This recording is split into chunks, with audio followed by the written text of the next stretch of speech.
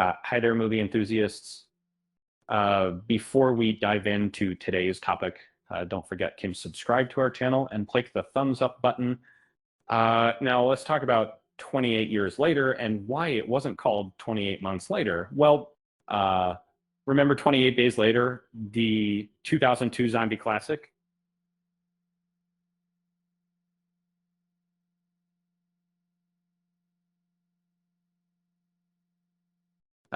It was a game changer that introduced us to rage uh, filled, infected.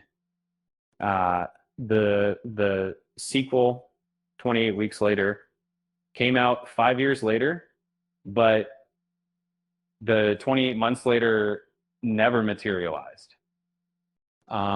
Imagine our surprise when 28 years later popped up.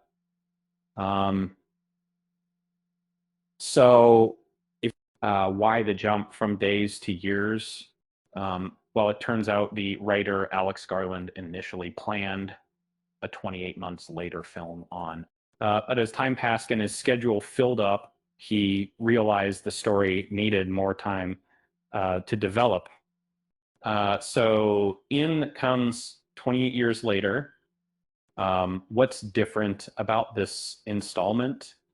Um, the time gap, while 28 days later and 28 weeks later focused on the early chaos of the outbreak. 28 years later takes us into the post-apocalyptic survival stage. It's like The Last of Us, where society has adapted to the infected. Uh, in essence, the time skip allows for a different kind of story, a more measured exploration of how humanity has survived and changed. And if you're wondering what happened to Cillian Murphy, the star of 28 Days Later, sadly, he won't be making an appearance this time around. That's the scoop on 28 Years Later and why it's not called 28 Months Later. Speaking of months, why do zombies always crave brains? Um, because they're dead short of ideas.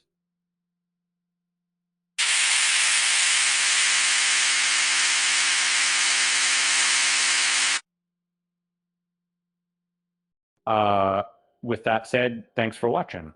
And until next time, bye bye.